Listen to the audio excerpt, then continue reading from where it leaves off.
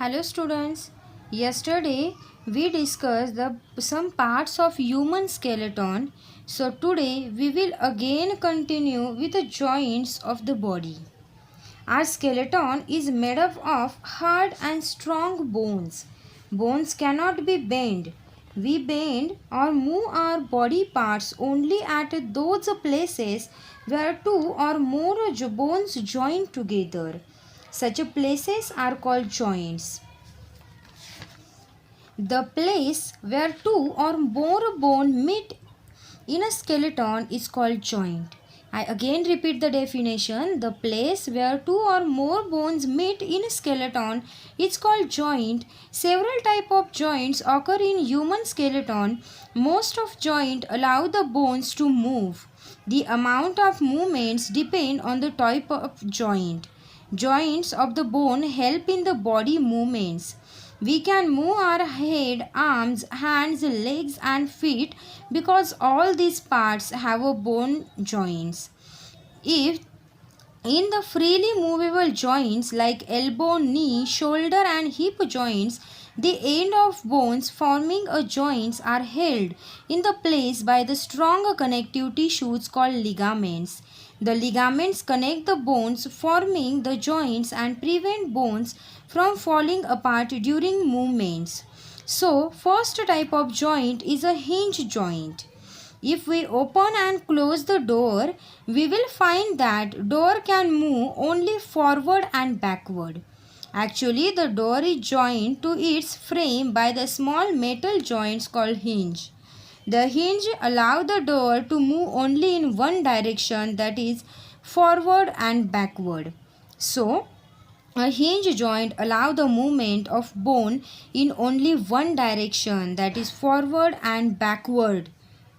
In a hinge joint, the movement of bone is restricted to one direction by the shape of end of the bones which form a joint.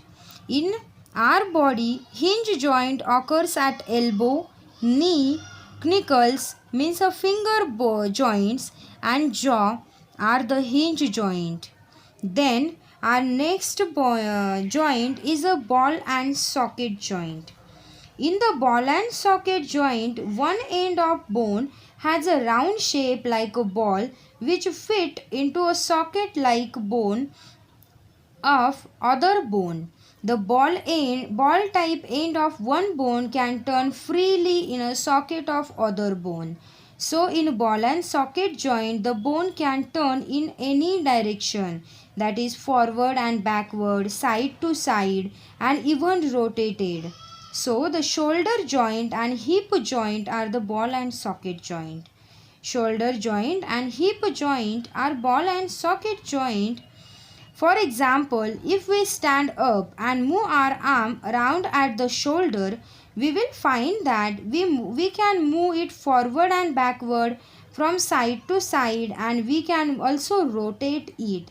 This is because shoulder is a ball and socket joint. Then next type of joint is the pivot joint. In the pivot joint, a cylindrical bone turns in a ring type bone. The pivot joint allows the rotation around an axis.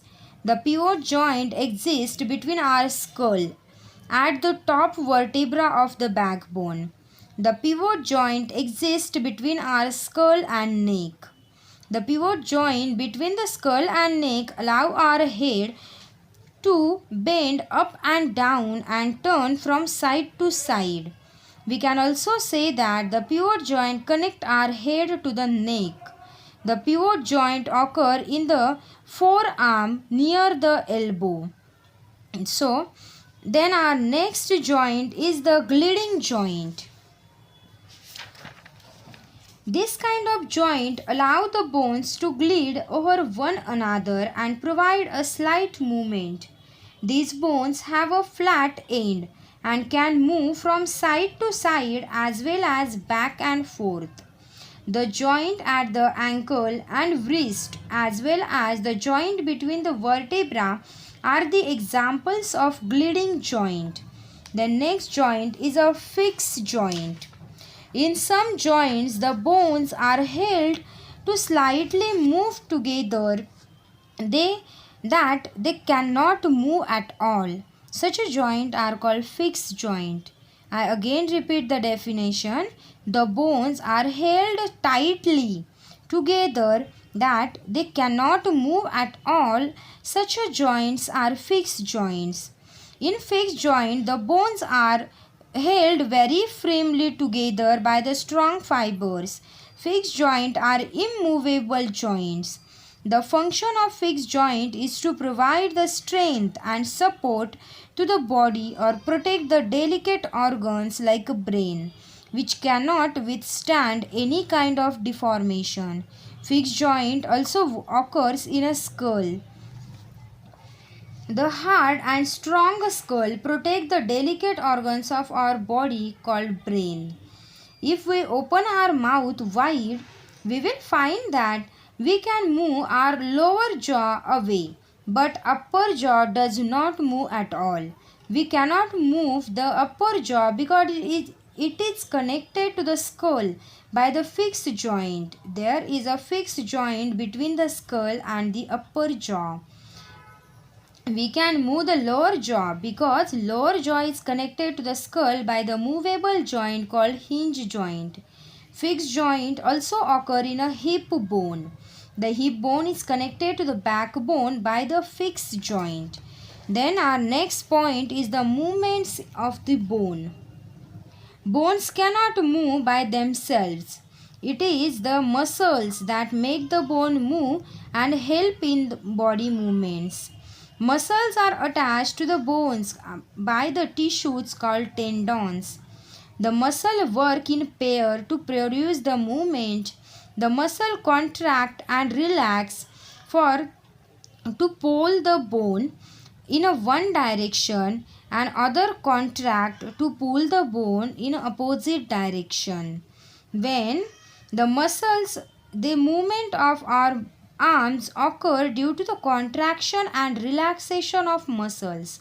The muscles called flexor contract and pull the tendons to bend the joint. When it relaxes, the other muscle called extensor pull another tendon to strengthen the joint. Then the last point of this lesson is X-rays.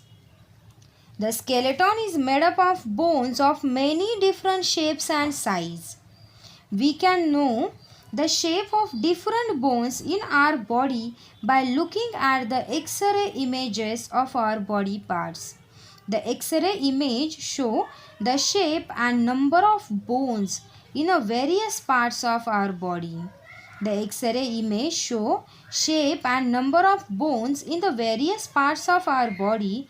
The X-ray image is usually taken in hospital to find out whether the bone of person has fractured or broken during an accident.